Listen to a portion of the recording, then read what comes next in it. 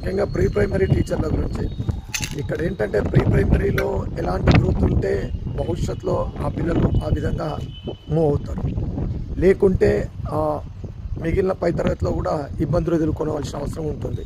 మరి ఇక్కడ pre primary teachers కీలక పాత్ర పోషిస్తారని చూసుకోవాల్సిన అవసరం ఉంది. వీళ్ళు ఎప్పుడైనా స్కూల్ మానేసినా లేకుంటే హెల్త్ ఇష్యూస్ తోటి ఉన్నా ముందుగాల చెప్పడము, వేరే టీచర్ని సబ్స్టిట్యూట్ చేసి ముందుకు పోవడం అవసరము. అలా చెప్పకుండా మీ పర్సనల్తోటో మీ విగోలతోటో స్కూల్ను డ్రాప్ అవ్వడం అనేది చాలా శోచనీయం. మీరు ఒక సమాజాన్ని ఖరాబు చేసిన వాళ్ళు అవుతారు. చిన్నపిల్లలంటే వాళ్ళు రేపటి భావి భారత పౌరులు అనేది గ్రహించి టీచర్ల పాత్ర చాలా ముఖ్యమైనది. టీచర్లు అంటే సమాజ డాక్టర్స్ అనేది కూడా మనము సమాజానికి వైద్యులు లాంటి వాళ్ళని కూడా మనం అంటుంటాం.